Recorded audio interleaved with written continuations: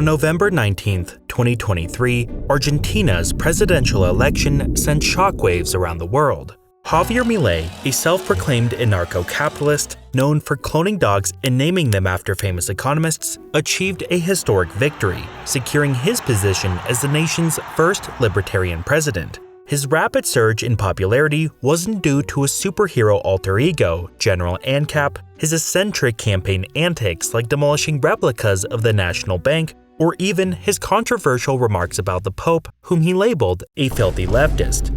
Instead, it was his unyielding rejection of the country's ruling politicians that resonated with the population, a population who felt robbed of the Argentina that once was and the Argentina that could have been.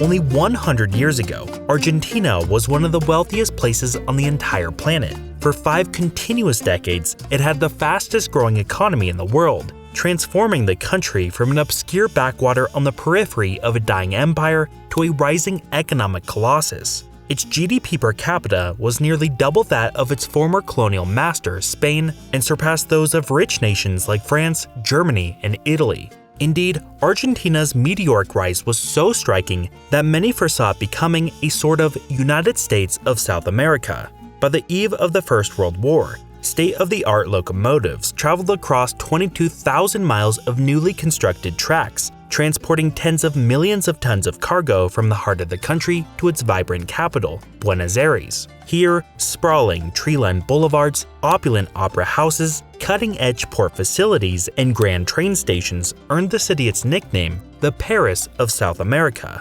For the millions of European immigrants flooding the New World, choosing between New York or Buenos Aires, the Great Plains or the Pampas was not an easy decision. By the 21st century, there was no longer any competition. The United States emerged as one of the most successful economies in history, while Argentina faced the largest sovereign bankruptcy ever. Life savings vanished, tens of thousands of companies folded, unemployment hit 25%, while poverty engulfed over half its population. In a nation that once exported enough wheat to feed its population twice over, there were now reports of widespread hunger and malnutrition. With the Argentine peso having lost 90% of its value in just the last 4 years, the election of a political outsider, one who vows to reverse all his predecessors' policies, appears less a choice of desperation and more a logical response to a century of underachievement. But what exactly went wrong? How did Argentina become so incredibly rich, only to find itself on such a relentless path of decline?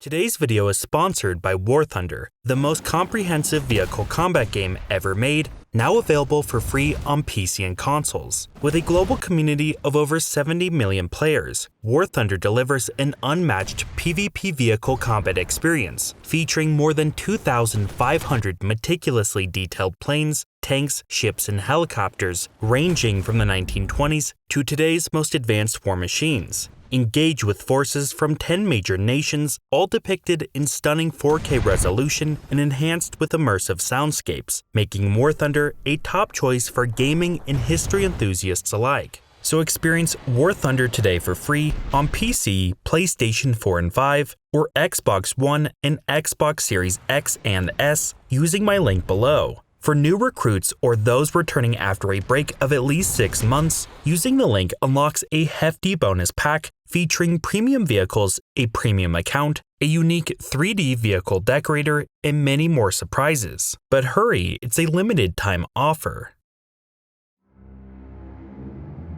As the first Spanish explorers sailed into the mouth of a vast estuary off the eastern coast of South America, they became so convinced that the land before them held the treasures they desired, they named the estuary Rio de la Plata, the River of Silver. Such was the strength of their conviction that maps soon began to mark the region as Terra Argentina, the land of silver. There was just one problem. There was no silver, or at least not any close by. Eventually, a mountain called Cerro Rico was discovered that contained so much silver it became the source of 80% of the global supply for nearly 2 entire centuries. Cerro Rico, though, was over 1,000 miles away from the newly established settlement of Buenos Aires. Its residents, however, encountered a far more immediate problem. Spain's typical conquest strategy of enslaving sedentary farming societies was ineffective in the region, as the local nomadic peoples were sparsely populated and resistant to subjugation. Consequently, Buenos Aires was abandoned after just 5 years. But despite the lack of local riches and exploitable labor, the Rio de la Plata basin soon found its colonial purpose. Situated 13,500 feet above sea level in the harsh Andean terrain, the city of Potosi, which formed at the base of Cerro Rico, had quickly grown enormous. The sheer abundance of silver had propelled the city to become the largest in the hemisphere. But in being built in such a wasteland, the city was incapable of sustaining itself. Everything had to be shipped in. This demand spurred the emergence of settlements across the southern cone, each dedicated to supplying the silver mines with basic necessities. Soon, yerba leaves and tobacco from Paraguay, mules and cattle from Cordoba, wine and wheat from Mendoza, as well as imported slaves and mercury from the re-established Buenos Aires became indispensable, underpinning the commercial fabric of the entire region.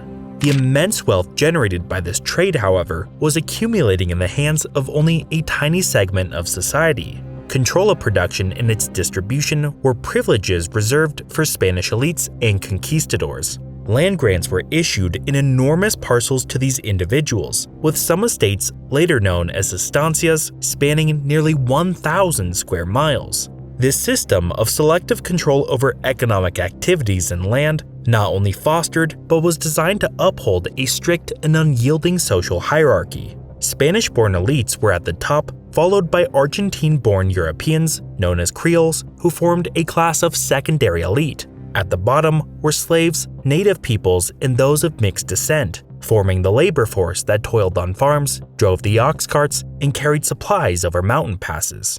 But while this system of exploitation was legally sanctioned by Spain, the trade that sustained it was oddly not. For Spain, the silver from Potosi was the foremost contributor to its economic and political might. As such, it attempted to do everything to protect and control the trade of it. Buenos Aires, the most logical location for the import of supplies and export of silver, was deemed too vulnerable to Portuguese, Dutch, and British maritime power. As a result, Spain mandated that all trade in Spanish South America must be conducted through the safer port of Lima. This trade system, persisting for 200 years, was hugely expensive, inefficient, and mostly ignored. Smuggling became not so much a symptom of poor economic policy, but a defining characteristic of the Rio de la Plata. Spanish officials, ranging from low-paid customs officers to the colonial representative himself, were not only complicit in turning a blind eye to these activities, but also actively participated in them, using their political status to skirt laws and generate massive profits. The scale of corruption and smuggling became so immense that despite trade through it being illegal, Buenos Aires by 1776 had become South America's busiest port. As the Creole elite amassed great wealth and developed a preference for autonomy, Spain initiated comprehensive reforms aimed at reasserting its control over the region. The Rio de la Plata, including the Potosi silver mines, became its own viceroyalty, Spain's administrative unit for its New World territories. Buenos Aires was named the capital, gaining the right to trade directly with Spain and other New World ports. But other reforms inadvertently sabotaged the very issues they were designed to address. A new centralized and strengthened colonial government led to an influx of Spanish officials who ousted the Creole elite from key bureaucratic and military roles, accompanied by higher taxes and stricter enforcement. Meanwhile, Spanish-born merchants monopolized the now booming legal trade. So while Spain regained control over trade, they inadvertently antagonized the local elite and did nothing to address the rampant corruption and growing inequality. As tensions rose, all that was needed was a simple spark to ignite a full-scale rebellion. In 1806, Sir Popham, a British naval commander, embarked on a military expedition that took his own government by surprise. On June 25th, his fleet of 4 ships and 1,600 men invaded and swiftly captured Buenos Aires as an extension of the Napoleonic Wars. As all high-ranking Spanish officials fled the city, leaving it to defend for itself, Creole officers rallied the militia to thrust the British from the city not once, but twice. This not only exposed the colonial government's incompetence and decay, but also sparked a sense of nationalistic unity against Spanish rule. Upon receiving news of Napoleon's army overthrowing the Spanish king, the Creole elite seized control, eventually proclaiming independence and establishing the United Provinces of the Rio de la Plata. However, the initial euphoria of independence was short-lived, as the struggle for freedom soon devolved into a brutal series of civil wars. The vacuum left by the absence of a strong central authority allowed numerous warlords known as caudillos to seize control of the interior provinces. Commanding large private armies, they ruled their territories as dictators, thwarted Buenos Aires' efforts to unify the nation, and frequently waged war with one another. This period, marked by horrific violence and lawlessness, spanned decades and ultimately resulted in the territorial loss of Uruguay, Paraguay, and Bolivia. The once thriving colonial economy laid in ruins as trade ground to a halt, and the Potosi silver mines not only ceased to be worked but fell out of the United Provinces' control. But as the era of silver waned, a new industry began to boom, poised to forever reshape the land of silver. Stretching for 300,000 square miles encircling Buenos Aires is a region known as the Pampas. Blessed with temperate climate, consistent rainfall, and rich, fertile soils, this expanse of grasslands stands as one of, if not the most exceptional cattle grazing regions on Earth. With the onset of independence, the introduction of unrestricted trade was met with a rapidly expanding global demand for animal products. By 1825, 70,000 cattle were being slaughtered and processed for export by new meat salting plants every year. By mid-century, that number was close to 1/3 Tallow, bones, and horse hides were sent to Great Britain, raw wool and salted hides were sent to the US, France, and Germany, while salted meat was shipped to Cuba and Brazil to feed growing slave populations. The livestock industry grew to such a scale that Charles Darwin noted in his journal, quote, "The whole sight is horrible and revolting. The ground is almost made of bones, and the horses and riders are drenched with gore." As profits from the estancias quickly outpaced those from shipping and trade as the main wealth generators, the old colonial elite and the emerging political class leveraged their fortunes and connections to acquire all remaining prime lands. However, it wasn't long before the livestock industry's critical limitation became apparent. As the slave trade was abolished following independence, and as a huge number of young men had been conscripted to fight in the various provincial wars, the Pampas became defined by a desperate shortage of workers. By the 1860s, this scarcity drove real wages up 60%, reaching levels twice those in Southern Europe. The labor crisis escalated to the point where ranch workers frequently took unscheduled days off, openly insulted their employers, and often declined to perform certain tasks, confident in their irreplaceable status. But one man had a solution. Exiled in France during the oppressive reign of Juan Manuel de Rosas, the de facto dictator of the United Provinces, Juan Bautista Alberti devised a comprehensive plan to address the labor shortage and ignite the region's economic potential. Influenced by the transformative effects he witnessed in Europe, Alberti recommended a trio of key strategies: encouraging mass European migration, promoting unrestricted foreign investment, and making significant investments in an extensive railroad network. The latter was envisioned not just as a means to reduce shipping costs, but also as a way to facilitate the settlement of the desert, a term used for areas still under indigenous control. As de Rosas was overthrown by a provincial caudillo in the early 1850s, Alberti seized his opportunity. As architect of the 1853 Constitution, he was able to embed his economic agendas alongside the establishment of a strong centralized authority crucial for unifying the nation. With its signing, the Republic of Argentina was officially born. But despite the Constitution's ratification, it took 3 more decades of conflict between the provinces in Buenos Aires, warfare with external enemies, and territorial expansion before achieving political stability and unification. But once this stability was established, Argentina embarked on one of the most remarkable economic expansions in history.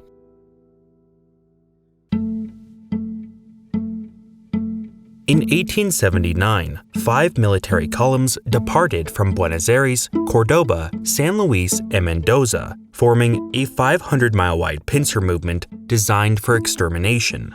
The newly formed federal army, equipped with the latest repeating rifles, conquered 86,400,000 acres of land within just 2 months, decimating all indigenous populations in their path. The success of this campaign propelled its mastermind, General Julio A. Roca, into the national spotlight, paving the way for his election as president the following year. As the Buenos Aires militia incited a rebellion, opposed to the idea of another president from the provinces, Roca, with his firm control over the army, quickly crushed the uprising. Utilizing the window of opportunity, he then disbanded all militias and placed Buenos Aires under the central government's direct control. In doing so, he brought an end to 7 decades of violent political centralization. Meanwhile, Roca had garnered widespread support across key societal groups, with provincial oligarchs, landowners, and merchants uniting behind his National Autonomous Party. This coalition of elite classes, known as the Generation of 80, would govern unchallenged for the next 40 years. Reflecting the interests of its elite supporters, the government, inspired by Juan Alberti's economic blueprint, aimed to transform Argentina into an agricultural producer's paradise. To boost exports, already minimal trade restrictions were relaxed further, making Argentina one of the world's most open economies just as international trade began to blossom. At the same time, demographic booms, urbanization, and rising incomes in Europe and North America created an insatiable appetite for Argentina's agricultural goods, which was boosted further with the advent of steam-powered shipping and the introduction of refrigeration technology, making it possible for fresh meat from the Pampas to reach dinner tables around the world. The convergence of this rising demand, underutilized potential, political stability, and economic freedom positioned Argentina as one of the world's most attractive destinations for investment. Within 10 years, it was receiving nearly half of all British investments made outside of the United Kingdom. In total, foreign direct investment reached close to $1/3 billion annually, spanning across banking, utilities, meatpacking, construction, and especially the railroads. In vigorous pursuit of constructing a national railway system, foreign companies were offered guaranteed annual returns, tax exemptions, and land alongside the tracks. By 1885, the completion of the first 2,700 miles of railway had begun reshaping the countryside, making it profitable to transport and grow bulky, low-cost per unit commodities such as grain, and expanding agricultural activities further into the frontier. And just as Juan Alberti had envisioned, all of this expansion was fueled by an extraordinary influx of European migrants. Attracted by high wages and almost non-existent immigration barriers, approximately 7 million people, mainly from Italy and Spain, settled permanently in Argentina. Their arrival provided not just the essential labor needed for the estancias, but also brought the expertise that began the country's first wave of industrialization. The result was truly breathtaking economic expansion. From 1880 to 1915, Argentina transformed from a wheat importer to the world's 3rd largest exporter, while it topped the list for chilled beef, corn, linseed, and oats. The total value of exports grew by an average 15.2% annually, while economic output expanded at an average rate of 6% a year, the fastest growth recorded anywhere on the planet. Argentina had risen to be among the world's richest countries per capita, featuring the largest railway network and middle class in the southern hemisphere. Meanwhile, Buenos Aires ranked as one of the most populous and modern cities in the world. At night, the city glowed with gas lanterns, electric trams transported 400 million passengers annually, and its port, equipped with hydraulic machinery and grain elevators, ranked among the world's most advanced. Such prosperity, combined with its visual opulence, gave rise to the French saying, "as rich as an Argentine." But what was less evident was the tremendous cost of this growth, a cost that would undermine all of its progress, not necessarily due to the changes that occurred, but because of the crucial aspects that remained the same. On February 4th, 1905, Argentina was swept by a coordinated uprising aimed at overthrowing the government. Despite the widespread nature of this revolt and the support of numerous sympathetic military units, it was quickly crushed. Yet, in its brief spark, it laid bare the shaky grounds on which Argentine society stood.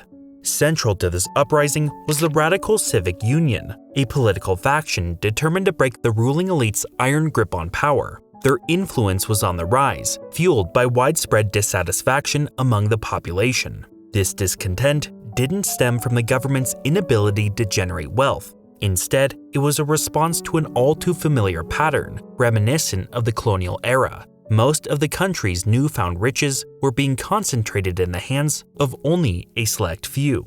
Mass immigration had given birth to a vast urban working class who resided in overcrowded, neglected slums, while they suffered horrific working conditions. The middle class, who more obviously benefited from the country's development, resented the elites for their monopolization of political power and economic opportunities. Meanwhile, military officers originating from the less affluent provinces harbored grievances against the European immigrants who were often given preferential treatment in the job market.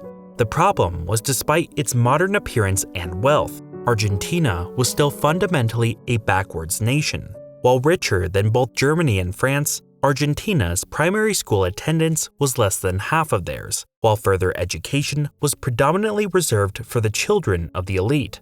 The government's focus had always been on supplying a labor force for the landowners, not on educating the masses.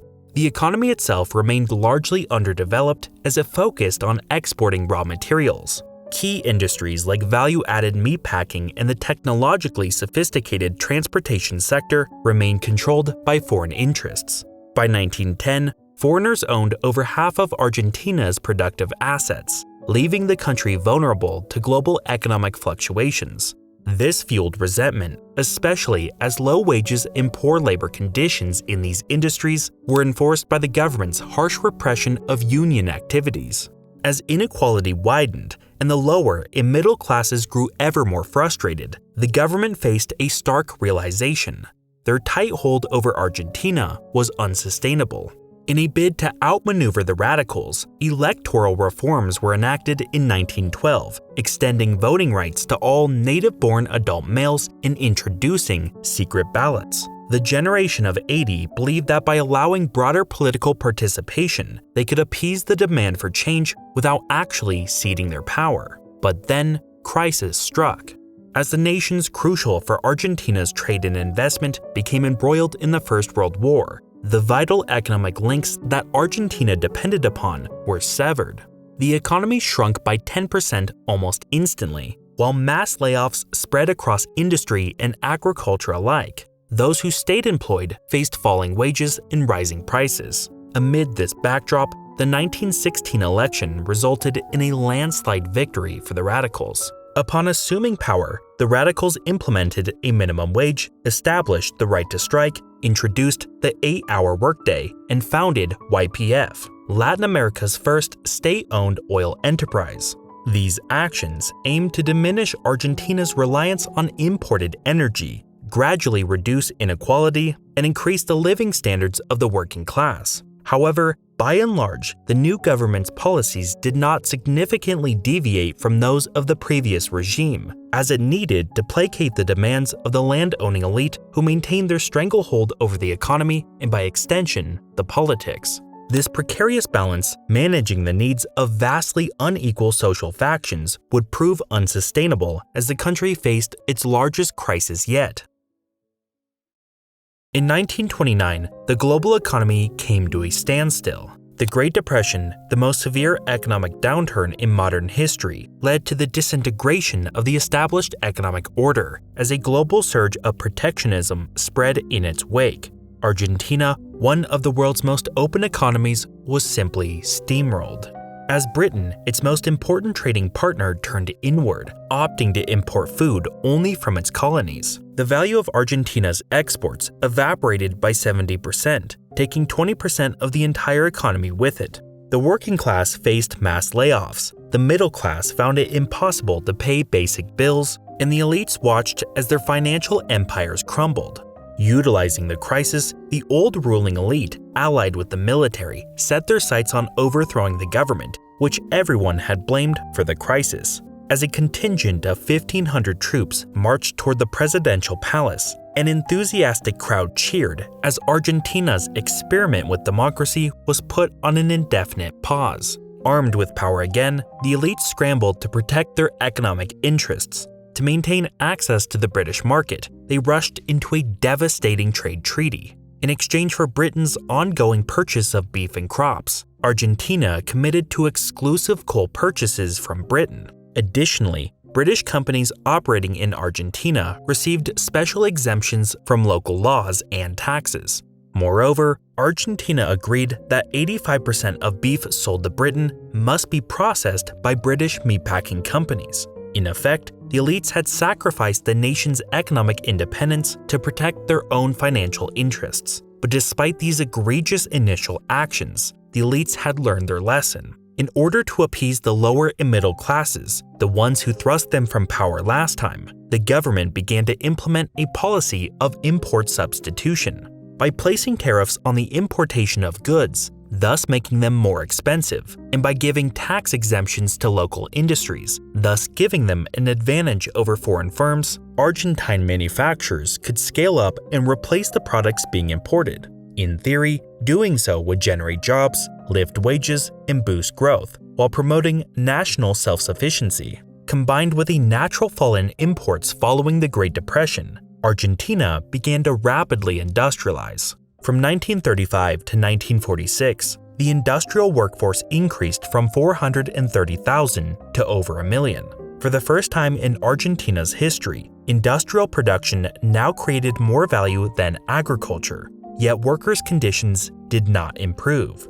Labor laws were ignored or repealed, and the shift toward replacing imports with domestically produced goods led to inefficiencies and higher prices for everyday goods. The outbreak of the Second World War exacerbated these issues, triggering another sharp recession, followed by inequality reaching an almost unheard of level.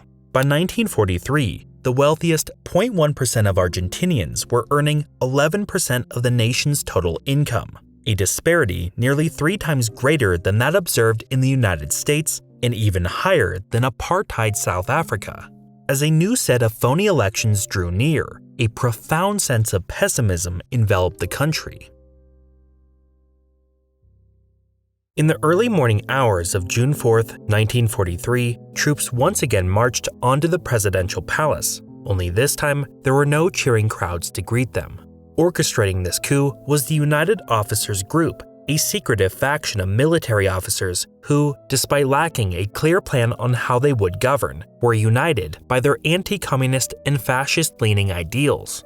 Following the takeover, the military government cycled through several short-lived presidents before settling on General Farrell, their preferred leader. But the most important development, unforeseen at the time, was the appointment of a colonel named Juan Perón as head of the Department of Labor. Perón, known for his work as a military attaché in fascist Italy, quickly realized the vast potential of his newfound position. He immersed himself in the lives of the working class, conducting tours of their neighborhoods, holding numerous meetings with union leaders, and frequently visiting factories. Leveraging his official capacity, Perón began mediating numerous labor disputes on an industry-wide scale, siding exclusively with the workers' interests. Labor laws were reintroduced and enforced, while negotiated collective agreements improved wages and working conditions.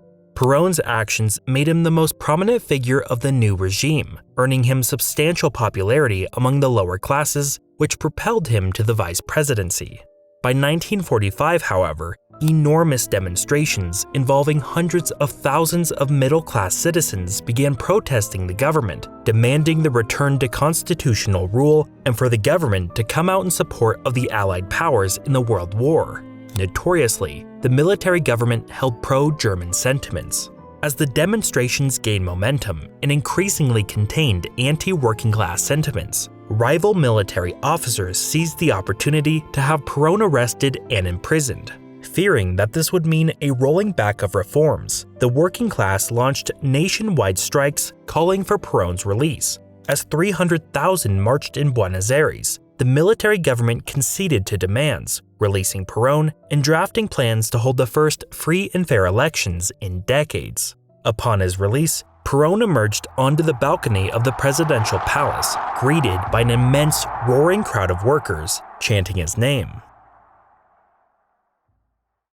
On February 24, 1946, Perón was elected president as he forged an unstoppable populist coalition. He garnered working-class support with promises of extensive welfare expansions, higher wages, and improved worker protections. He wooed the military with the prospect of playing a larger role in Argentina's industrialization, while middle-class youth were lured with the promise of lucrative, comfortable positions in an expanding state-led economy. Meanwhile, his commitment to reducing foreign dependency by nationalizing key industries earned him widespread support across all classes. In a series of 3 two-hour-long press conferences, Perón unveiled his comprehensive 5-year plan aimed at transforming every facet of national life. He starkly warned that opposition to this plan would be deemed not just dissent, but treason. He implemented universal social security, a minimum wage, paid vacation, maternity benefits, free healthcare, and protection against unfair dismissals.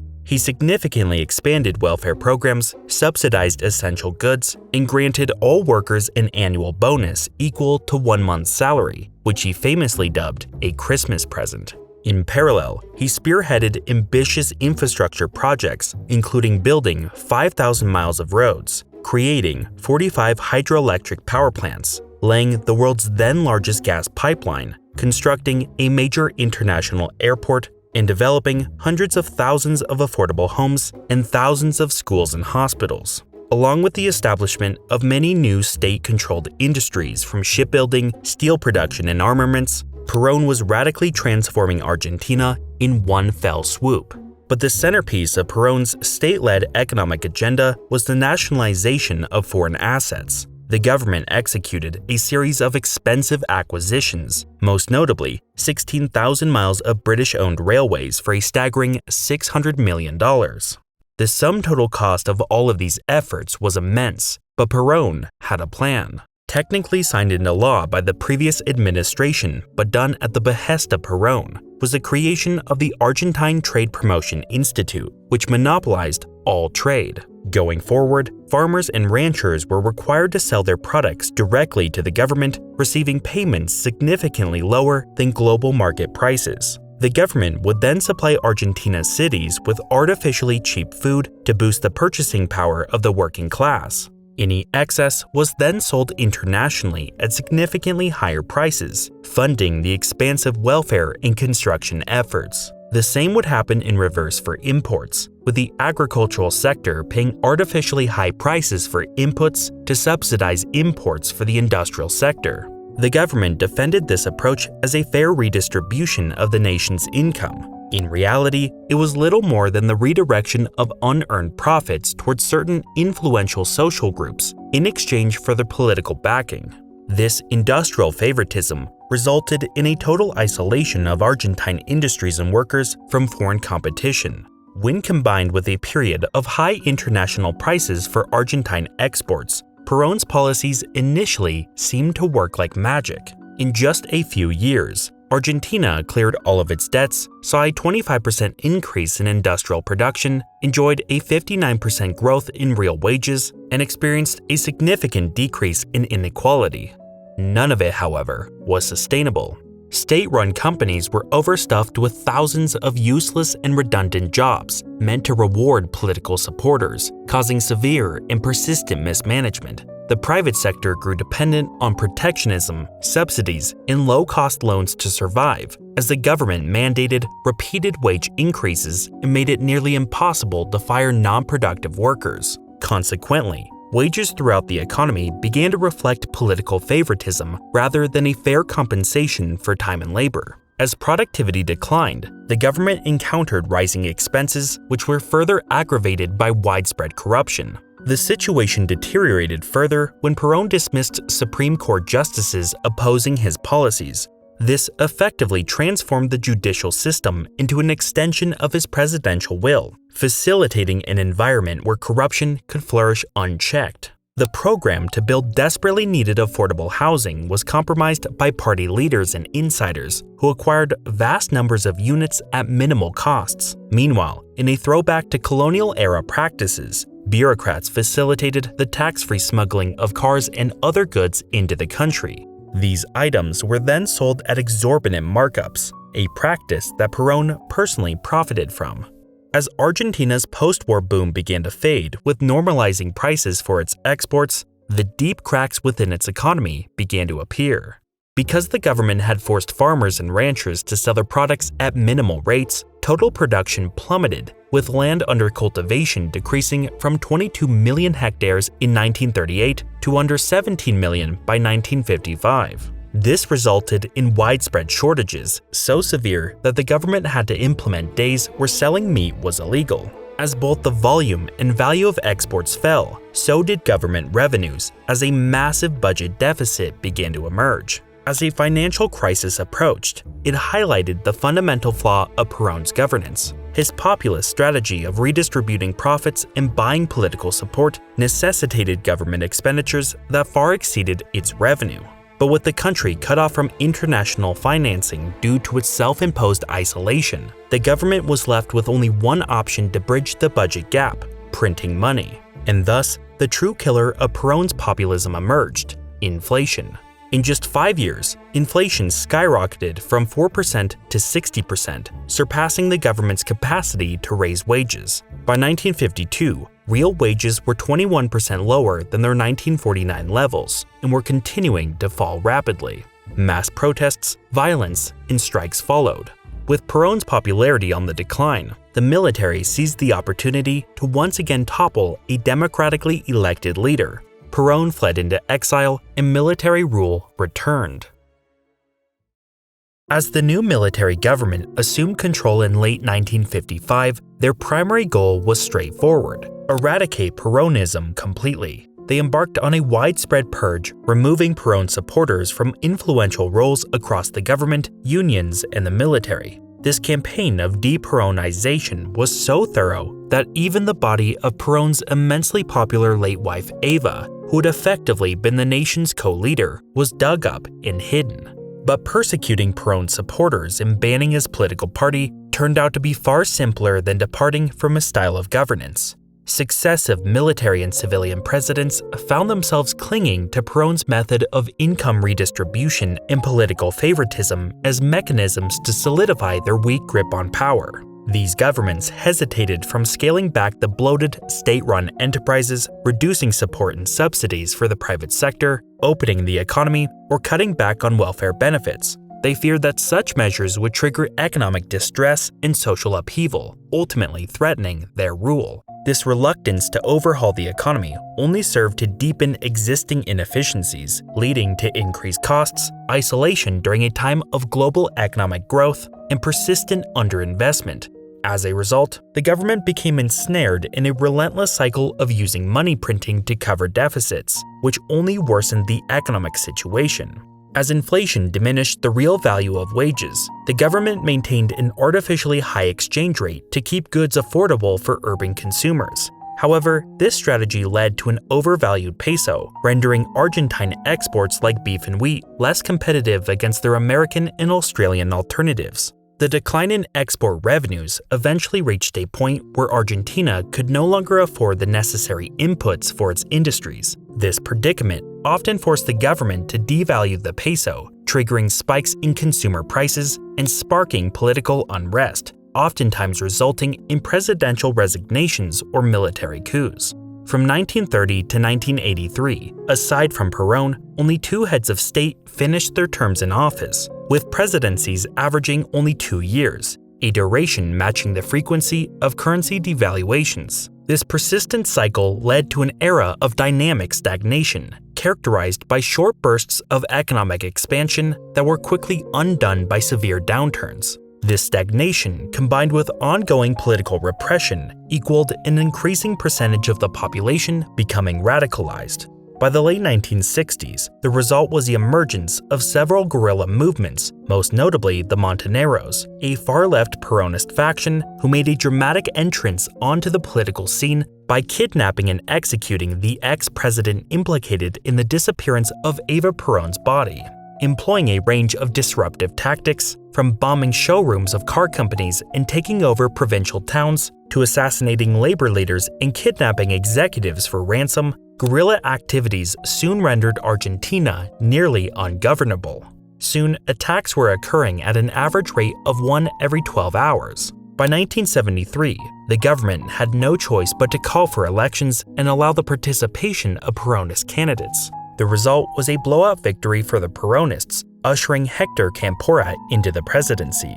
In office, Campora appointed leaders of the Montoneros to governmental positions and released 371 political prisoners, including individuals considered to be hardcore terrorists. This was fiercely opposed by many right-leaning Peronists, which would ultimately complicate the long-awaited return of Perón himself.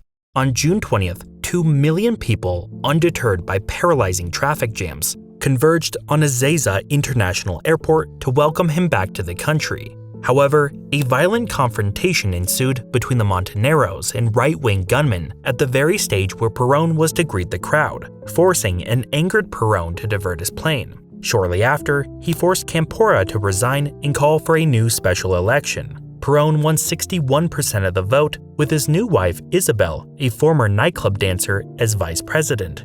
Upon regaining power, Perón dismissed Montoneros from positions of power, imposed price controls, and intensified the deficit spending that defined his last term in office. But widely regarded as the only leader capable of unifying the country, the economic climate began to show signs of improvement as confidence was restored.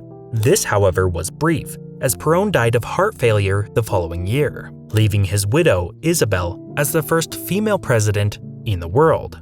Inheriting a nation mired in instability and reeling from the loss of what many perceived as its sole beacon of hope, Isabel faced challenges that far exceeded her abilities. Immediately, the Montoneros declared war on the government, with 723 attacks in 1975 alone. José López Rega, the Minister of Social Welfare, who famously consulted astrological advice, convinced Isabel to divert funds to the Argentine Anti-Communist Alliance, a right-wing terrorist organization who were tasked with suppressing leftist guerrillas. As horrific violence spilled out onto the streets, an outbreak of foot-and-mouth disease decimated cattle exports, while the Arab oil embargo sent prices skyrocketing.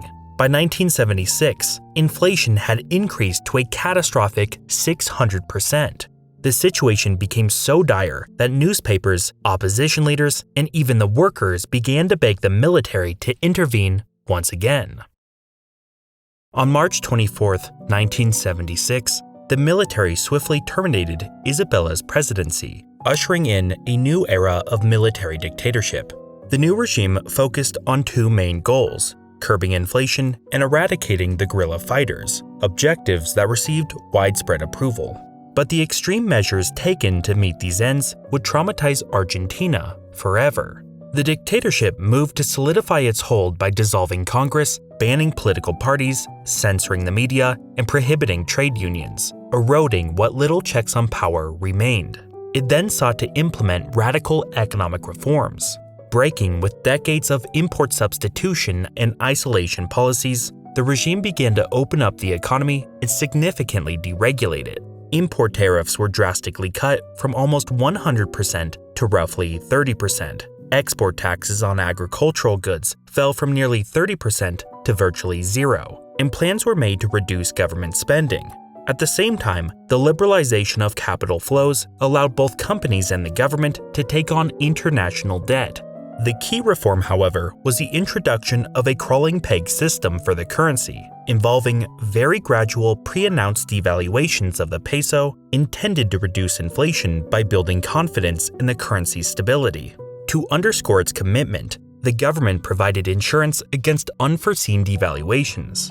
In theory, these reforms would reduce the deficit, kickstart growth, and tame inflation. But the success of this plan relied heavily on the military dictatorship to manage these changes responsibly, especially its newfound capacity to incur debt which had been growing very cheap. While the Arab oil embargo had hammered Argentina, it also led to international banks being flooded with deposits from oil-producing nations, making them overly eager to find new investment opportunities. Argentina, with its immense untapped potential, began to be inundated with an enormous volume of irresistibly cheap loans. Faced with this reality, the government scrapped its plans to reduce spending as quickly as it made it, opting instead to go on a spending spree. as a deluge of public spending, cheap financing, and deregulation washed over the country. A temporary economic sugar rush began. While inflation initially slowed to under 100%, it persisted at that level. But since this rate of inflation outpaced the currency's planned devaluation, the peso became extremely overvalued, which made imports remarkably cheap. Middle-class families suddenly found themselves able to afford trips abroad while they imported cars, appliances, and electronics, leading to a period nostalgically remembered for its so-called sweet money. In only 5 years, imports surged by six-fold, as the government effectively took out huge loans to finance consumer imports and embark on grand infrastructure projects. But as more and more debt began to accumulate, an alarming proportion of that money seemed to vanish into thin air.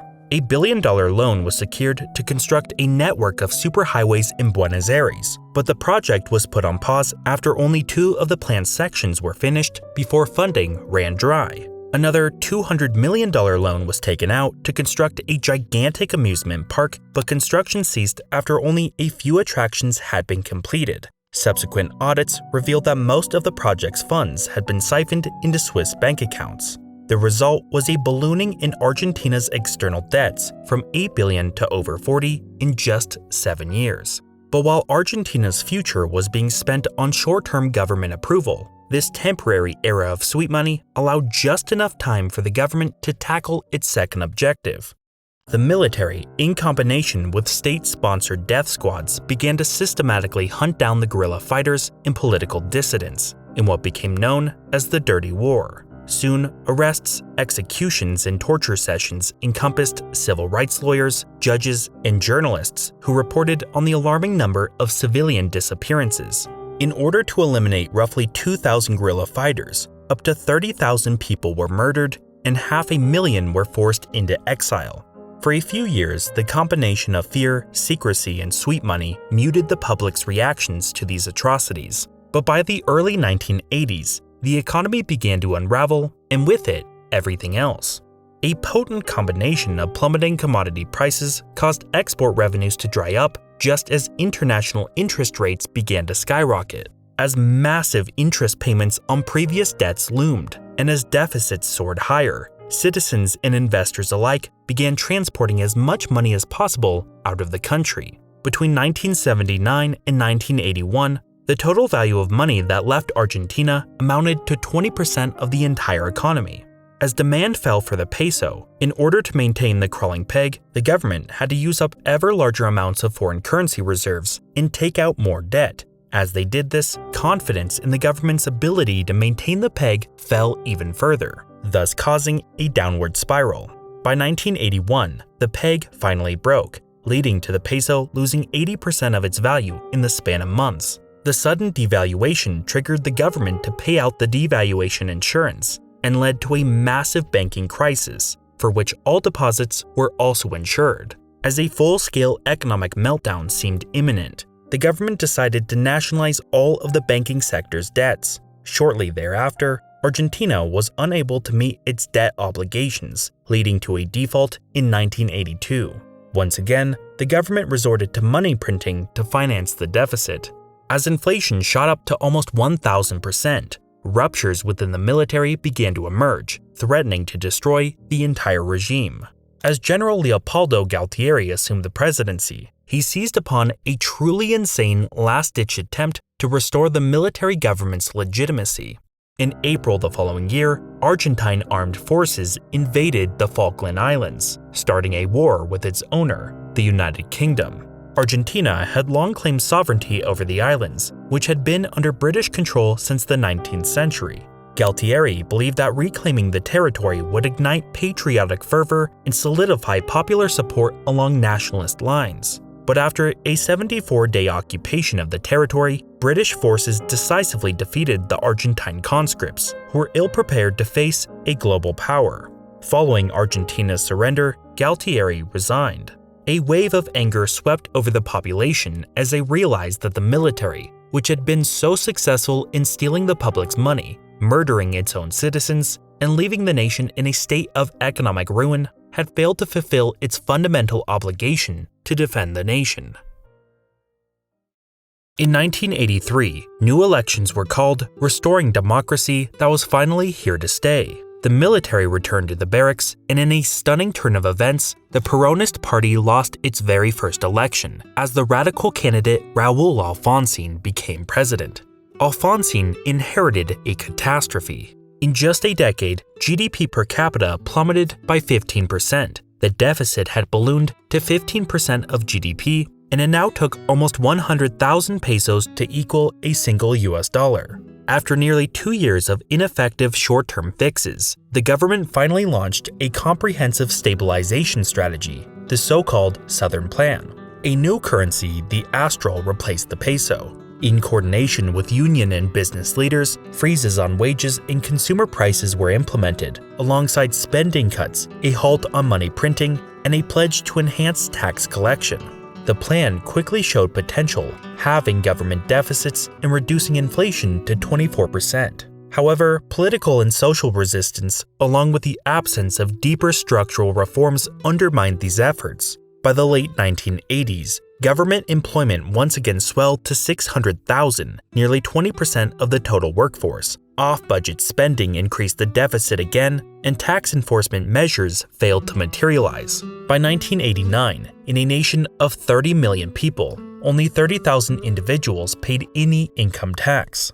Without significant spending cuts or revenue increases, the government resumed printing money. The public, fearing another crisis, hurried to convert their australs into more stable assets. By July, inflation rates soared to 12,000%. Supermarkets started announcing prices via intercom to avoid having to update price tags on an hourly basis. Real wages collapsed, general strikes paralyzed the economy, while widespread looting led to stores across the country being ransacked. There was, however, one sign of progress. Elections would see the first peaceful transfer of power to the opposition since 1916. Carlos Menem, a Peronist, won on the hopes that he would raise wages, increase spending, and expand the state-controlled economy. That's why it took everyone by surprise when he announced plans to do the exact opposite. A form of economic shock therapy endorsed by the IMF saw regulations, tariffs, and export taxes almost completely eradicated. But the most shocking development was the mass selling off of state-owned industries. Within only 4 years, 115 previously state-run companies transitioned to private ownership, shedding tens of millions of dollars in governmental costs. Yet it would be Menem's next reform that would prove the antidote to inflation. The austral was replaced by a new peso, but this time its value was legally tied to the value of the US dollar. Enforced by a currency board, the central bank was only able to increase the supply of money if it had the equivalent US dollar in reserve. Essentially, this meant the government was no longer able to freely print valueless money. Within 3 years, the deficit was eliminated and inflation stood at only 7%, the lowest it had been since the 1950s. The combination of all of these reforms infused Argentina with a newfound confidence and stability. Productivity rose as factories and ports were modernized with the help of a flood of foreign investment. The agricultural sector, which had been dormant for decades, began to roar back to life, propelling the economy to its strongest and most consistent growth rates since before Perón took office. But this growth had come at a cost. For 5 decades, Argentina's leaders had sought to achieve full employment by stuffing state-owned industries with unneeded positions and making it hard to fire workers. With those industries now in private hands, mass layoffs logically followed as they became profit rather than employment-driven. Simultaneously, the lifting of protective tariffs subjected Argentina's inefficient manufacturers to international competition they had never seen before. As cheap products flooded in, many of them went bankrupt. Manufacturing as a percentage of total output declined from 31% in 1989 to 17% 6 years later. By 1995, unemployment hit 20%, the highest sustained rate in the country's history. And while Menem diverted from his Peronist predecessors on trade policy, he didn't on corruption. He filled high government posts with relatives and accepted luxury cars from businessmen. Foreign investors voiced frustration over the necessity to bribe officials for basic permits, and audits began to uncover discrepancy in the sale of state assets. Notably, the sale of the state-run airline included dubious charges labeled as costs associated with the sale, amounting to $80 million, which were funneled into the pockets of public officials. Echoing Perón's tactics, Menem was able to expand and stuff the Supreme Court, remove term limits, and have corruption cases dismissed. Government officials, in democracy just as before, operated with impunity. Despite this, low inflation rates and high growth won Menem another election in 1995. But what the voters didn't see was that the economy was once again being built on a house of cards. Debt negotiations allowed Argentina to restructure its debts, backloading payments and allowing a resumption of borrowing. Immediately, expenditures rose, the deficit reappeared, and external debts doubled within the decade. Then, in the late 1990s, the US dollar, which the peso was pegged to, began quickly rising in value. As imports once again became cheap and exports uncompetitive, a sharp recession began. As backloaded payments came due in the early 2000s, holders of Argentine pesos began to question the currency board's ability to maintain the peso's link to the dollar. As people began to doubt the soundness of the financial system, a run on bank deposits began in 2001. By November, 27% of all deposits had left the banking system before the government decided to freeze all accounts. Shortly after, the government found itself once again unable to pay its debts, resulting in a $132 billion default, the largest in history at the time. The currency board was abandoned, the peso lost 75% of its value, and the government forcibly exchanged all dollar deposits at the old exchange rate. Consequently, Argentinians lost 3/4 of their life savings within a matter of weeks. This financial upheaval plunged Argentina into a deep depression, with the economy shrinking by 1/3. Unemployment soared to 25%, over half of the population descended into poverty, and severe malnutrition reports emerged as widespread looting resumed. The days of Argentina considering itself a wealthy and developed country were well and truly over. Its GDP per capita, which had once been comparable to that of other rich nations, was now only a third of their level. In fact, Argentina became the only country regarded as wealthy at the beginning of the 20th century that failed to retain its relative prosperity into the 21st century. As the great-grandchildren of European immigrants formed lines at embassies, eager to return to their ancestors' homelands, the stark reality emerged. Argentina was no longer a prospective superpower, but a cautionary example to learn from. In the 2 decades since the crisis, Argentina's situation has remained depressingly similar to its historical trend. For a brief moment, it was in the midst of yet another economic boom, as China's insatiable demand for commodities ballooned the price of soybeans by 4-fold. As Argentina's farmers began planting soybeans en masse, the economy was once again flooded by export revenues. But the free market policies and export-led development that made Argentina rich 100 years prior was not on the cards this time. After all, the Peronists were back in power. With the election of Nestor Kirchner in 2003, policy became a mere continuation of traditional populist Peronism, namely income redistribution, trade protections, and the renationalization of various industries. One notorious example was the government's retakeover of the national airline in 2008. Since then, it has required $8 billion in subsidies to survive, as it has not posted a single profitable year since. In 2012, the government seized control of YPF, the previously state-owned oil company, from its Spanish owners, accusing them of underinvestment.